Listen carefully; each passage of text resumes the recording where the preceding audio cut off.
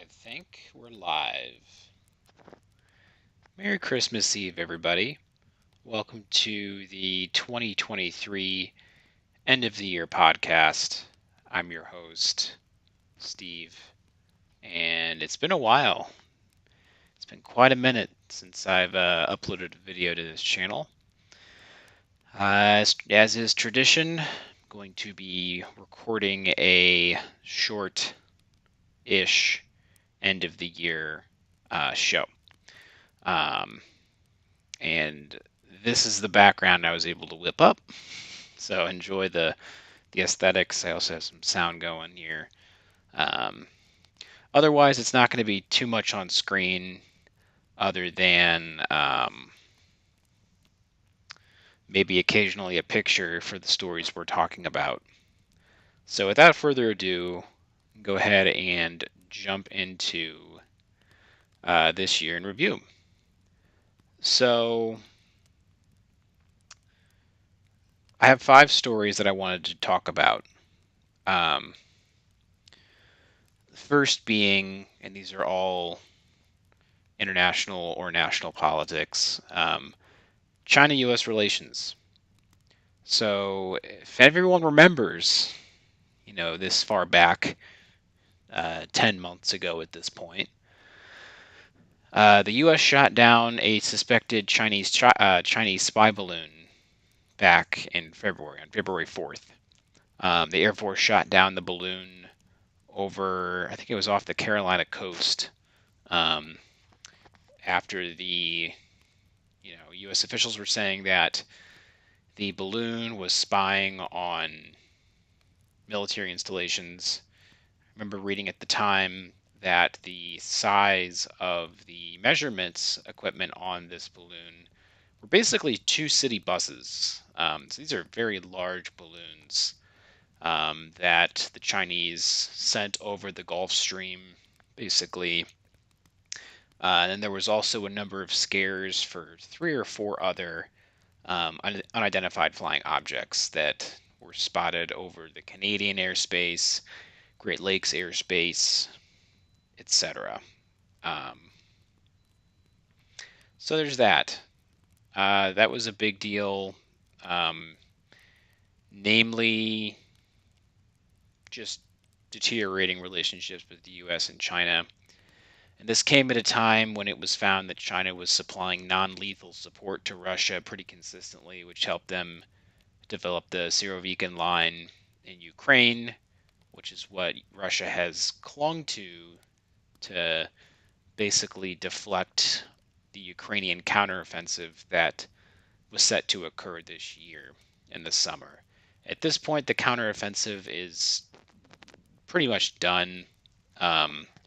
It started mid to late summer, late May, early June, mid-June timeframe. There wasn't a very definitive event. I remember at the time Russia got all excited because they knocked out a few Western tanks, and repeatedly filmed that, showed that footage from several different angles. So they were very proud of that. However, as a Christmas present, the Ukrainian air defense systems, Patriot battery, I believe, shot down 4 aircraft over the last 2 days. One was today. It was the Su-30, and then 3 Su-34s were shot down near the Kherson region on Friday. So, tit for tat for showing the spoils of war there, but back to the China-U.S. relations piece. So this was coming about at a time when things already weren't looking great, and China consistently making claims to want to retake Taiwan. Whether or not this will happen is a whole other question. If they do decide to take Taiwan, it'll be at 2 points during the year. It'll either be during April, May timeframe when there's not as many typhoons or bad weather, or it would be during October, which did not happen. But that was one big event from this year, was the Chinese spy balloon. to kind of go off on a separate tangent for a moment, the U.S. and China did meet in San Francisco. President Xi Jinping and Joe Biden, met to talk about various different things, restoring lines of communication, which has happened, which is good because you want to have good communications with other nations in case there's some kind of misunderstanding. That way, you can easily talk with them to work out whatever differences there might be, without escalating quickly. Which Russia has shown it's increasingly desperate to create a multipolar world, at whatever cost to its own people, other countries, whatever. They want to see it, at whatever the cost to their own country and the international community at large. And I think that's going to bite Russia. Russia has lost around 300,000 personnel over the past, 2.5 years of conflict at this point, a little bit more. And you've seen a little bit of China kind of backpedaling, not fully, but at least partially, and not staying mostly neutral in this war between Russia and Ukraine. I believe they even had a 5-point proposal that they pushed forth at one point, some of which Ukraine was in agreement with, some of which they weren't. One of Ukraine's stipulations for ending this war is restoration of the borders of their country to, pre-2014 invasion points. So there's that. So things have been interesting with China.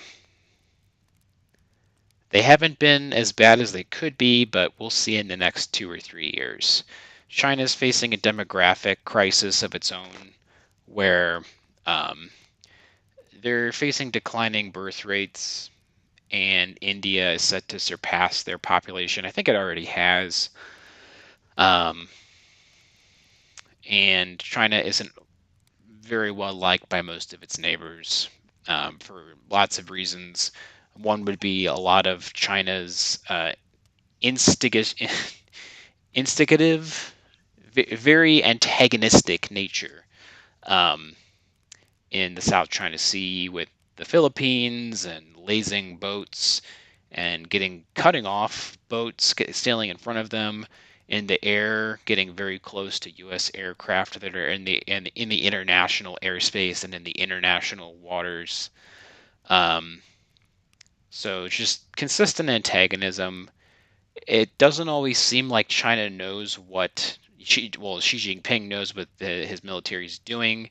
He apparently had no idea that this balloon was over the U.S., but you're going to say what you want to say to save face. So China-U.S. relationships on the rocks. Another point I wanted to bring up was the U.S. migrant crisis, which has gotten much more intense over the past couple of years, pretty much ever since Biden's presidency began. I believe this year we're up to around 2 million crossing into the U.S. cumulatively. Some regions are better than others, some are worse than others. San Diego is around 300,000 over the course of the past year. That's around 1,000 to 2,000 people a day, which is a huge number. You have different approaches going on as well, state by state. Texas has been a lot more, shall we say, restrictive. They take the problem into their own hand, putting up concertina wire, razor barrels in the Rio Grande, and generally just being less accepting in general. Now, the migrant crisis has not just affected the border states, but also cities in the United States, sanctuary cities. The infrastructure for taking in this many folks has allegedly not built up enough to do it. Now, one thing I'm curious about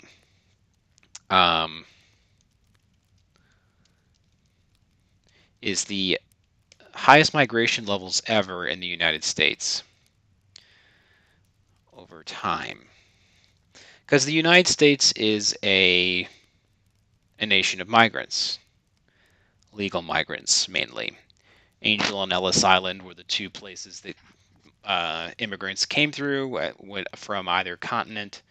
They wanted to get a better way of life for themselves, but for whatever reason, rather than going the legal way, many of them are taking trains up from southern Mexico and hitching a ride to the border, getting off, and just walking across. Um, so there's problems um, with just the sheer number of people that are coming across the border and coming into cities.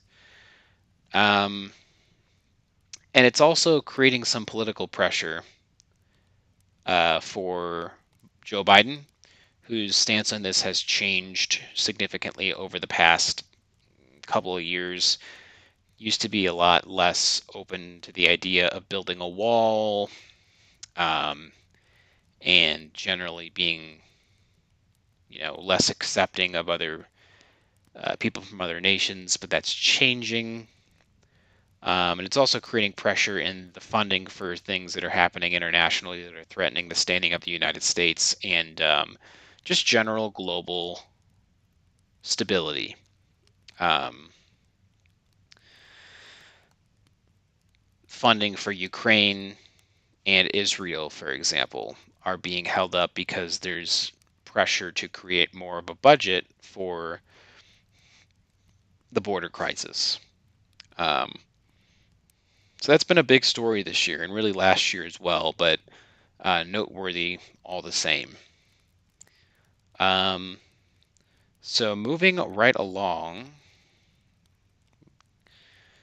the next story, of course, I've been kind of hitting at it already, is Russia's ongoing invasion of Ukraine.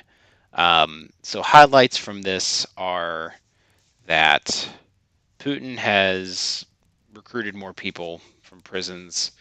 Oh yeah, one other big thing that happened this summer was Wagner, or Yevgeny Prigozhin, tried to uh, instigate a coup in June of this year with the Russian government. Um, he stopped. Allegedly, a deal was struck between Lukashenko and Putin and him, where Wagner began setting up their bases in Belarusia. Um, it's kind of a legal gray area for them instigating a coup. But of course, he was killed in a all of his top leaders for some reason got on the same plane and were all shot down in August of this year, or they were all killed when the plane was shot down, or there was an accident allegedly. His son Pavel Prigozhin took the reins in this organization, which is now much more subordinate to the Russian Ministry of Defense, whereas before it was much more independent. There were claims that the Ministry of Defense was bombing Wagner troops back in May, and Wagner was largely responsible for taking Avdiivka.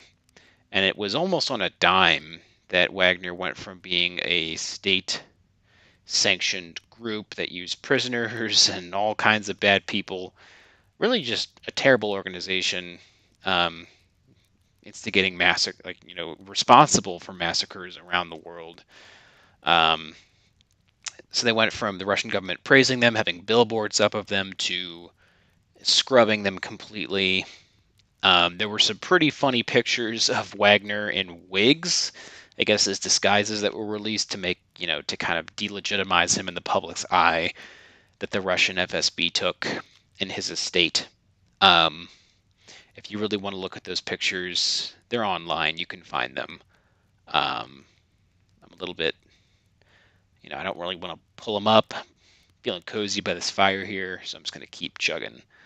Um, but That being said, Russia's ongoing invasion of Ukraine has become a war of attrition, mainly. The Ukrainian counteroffensive that was supposed to happen never did. Russia's Fortress Russia, which is this idea that they can maintain their economy just by all of their stockpiles of reserves, is actually holding. And they're able to still make money and offset the losses that the West incurred when they completely pull out of Russia by selling to other nations like China and India, and even Turkey somewhat, although Russia and Turkey's relationship is basically I smile to your face and we talk like we like each other, but really we just want each other dead kind of deal. Um, so they're able to they're able to scrounge up the resources to keep their war machine moving along. Russia's military industrial complex has ramped up in response to the war this year. Um, Ukraine um, also recently, President Zelensky also recently had a end of the year talk where he discussed the possibility of mobilizing 500,000 soldiers, but the financial restrictions there would be tricky to do.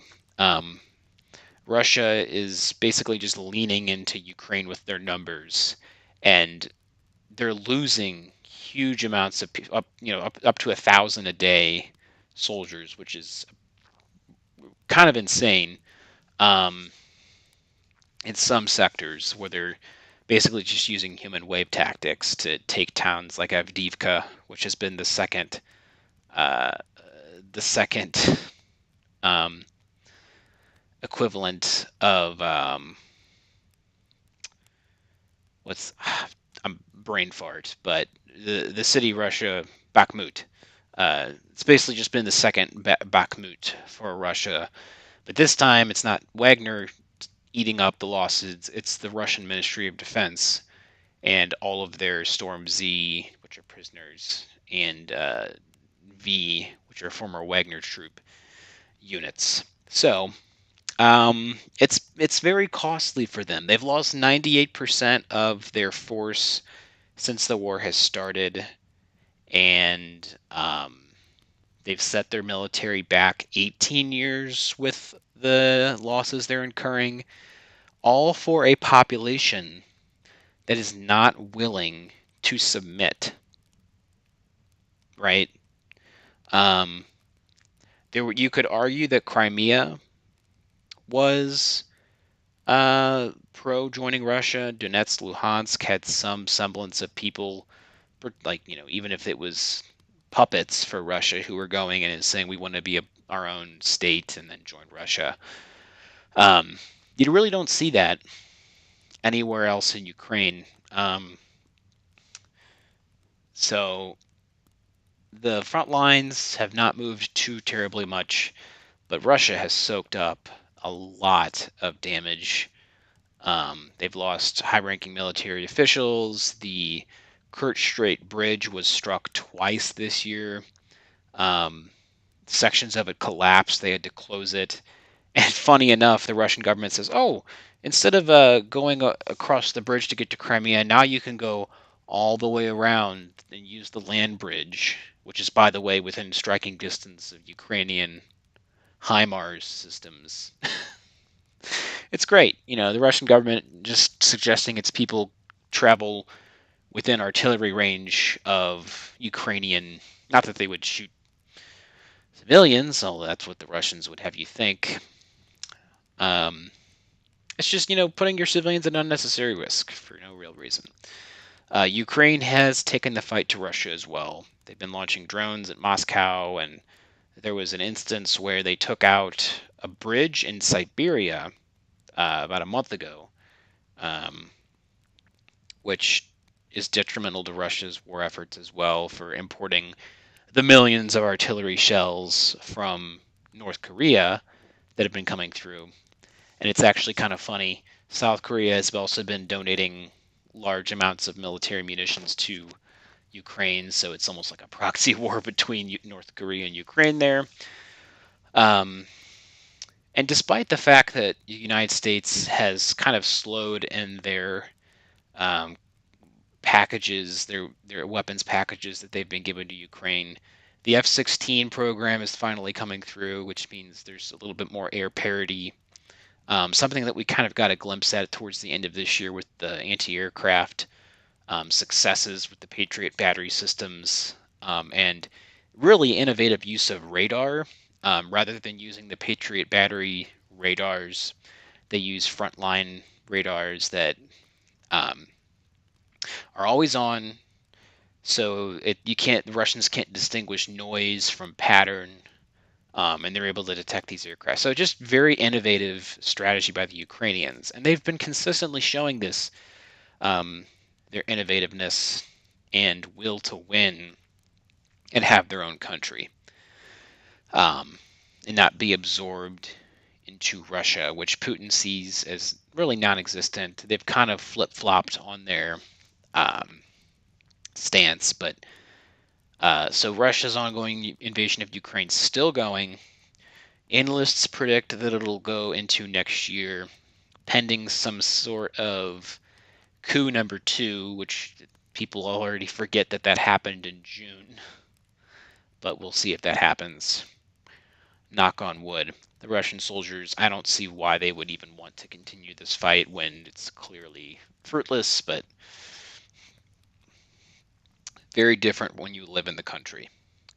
So, that being said, the other major negative event this year was Hamas's attack on Israel on October 7th, Israel's subsequent invasion of the Gaza Strip, the humanitarian crisis that resulted from this invasion and blockade of the region, tens of thousands of people dying, fields being burned by the Israeli Defense Force, like almost salt the earth mentality.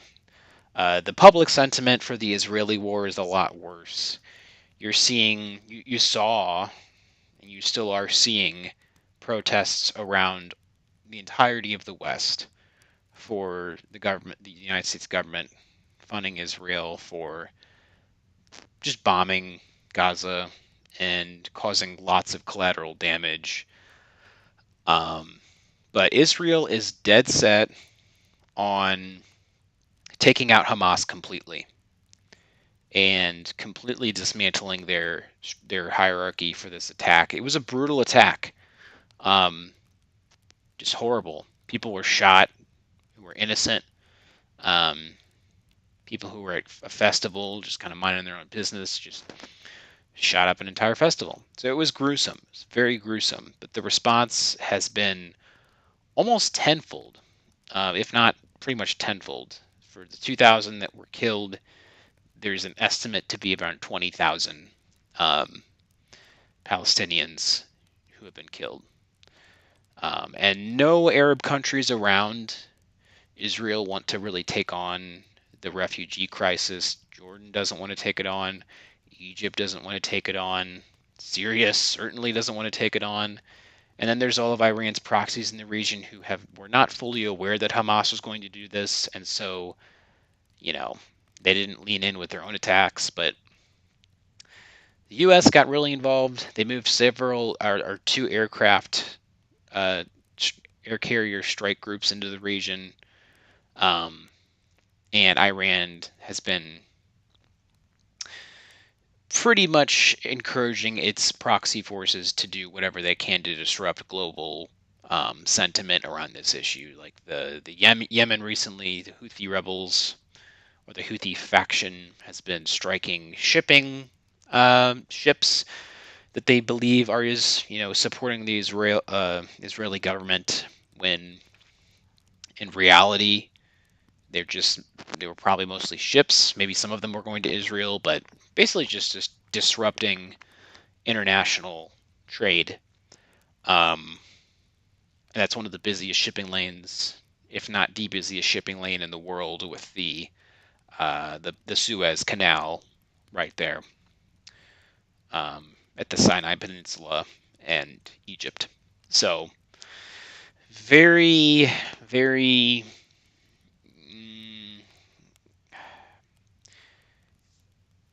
very delicate situation in the Middle East, where the conflict could expand.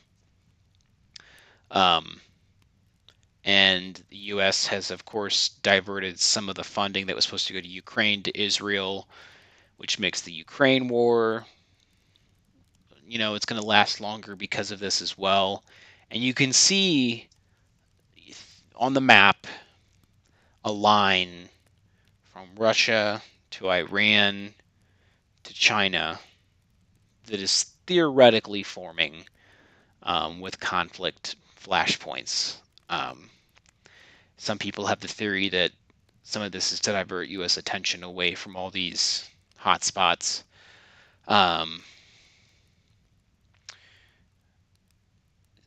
There was talk of a ceasefire on the horizon with Israel Hamas, but we'll see. Hopefully, peace is the way forward. But the way things have gone, especially since COVID ended, when everyone was stuck inside,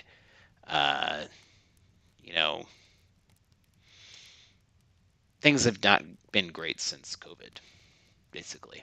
So, moving along to point number 5, which is this is the only national thing on the board here, and I could probably branch off into a couple areas with this, but the Trump has some ongoing legal battles,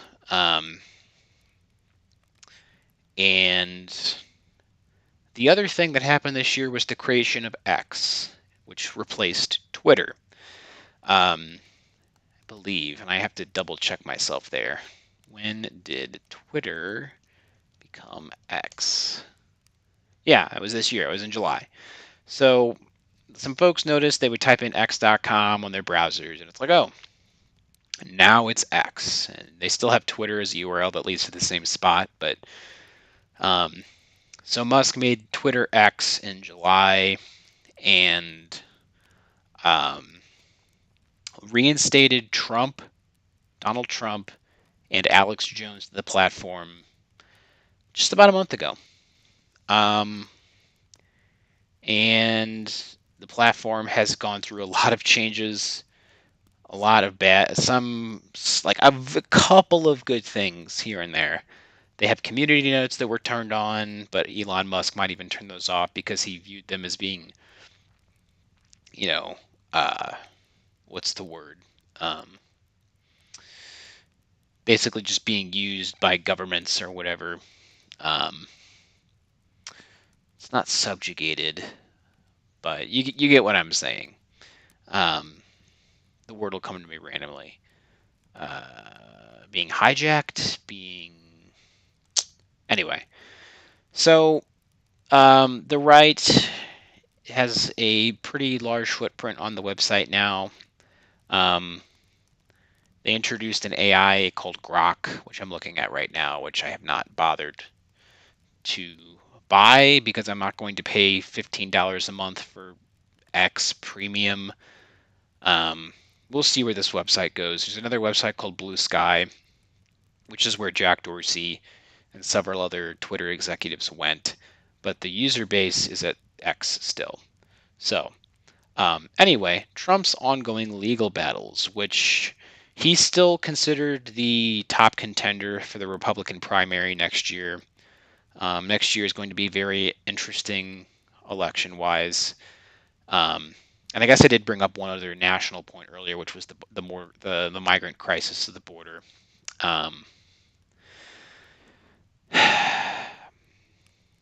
The language Trump is using is, a lot of people are saying it harkens back to how Hitler talked about minorities in Germany, impure American blood, which doesn't make any sense because, like I said earlier, we're a nation of immigrants. But, it's easy to take advantage of xenophobia. And there is a point to be made about the sheer number of people that are coming through, which is a lot. And this isn't the first time this has happened. Migrant crises have happened with Cuba, and they've happened in the past as well. with other South American countries. But usually it's a way for the weaker nation to get what they want from the larger nation. Haiti was one other country. Um, when they feel like they have no other way, it's like, okay, well, you're not going to give us economic support, or you're going to not, you're sanctioning us with Cuba. So we're going to flood you with migrants until you ease up. And usually it works. Um, Usually it's non-democratic states that use their populations to flood democratic countries, which then highlights the cognitive dissonance that exists within some Western societies, or countries rather, uh, and it puts them in between a rock and a hard place. And usually the solution of just integrating them doesn't work, because people don't like when a bunch of people come in, and it usually doesn't go well. Um, but so the election year is next year. Trump is going through, I think, 4 legal battles. One about his business in New York with falsifying his property value. He's saying, his apartment is way bigger than it was. Saying his estate value is way larger than it was. The other one has to do with hush money paid out to a prostitute. One has to do with find the votes in Georgia, where he basically told some officials there that they needed to find votes, caught on audio. And the other has to do with his instigation of the January 6th attack on the Capitol, which was unprecedented and set off chain reactions of similar copycat events like in Brazil later on. I believe earlier this year that happened in Brazil. Doing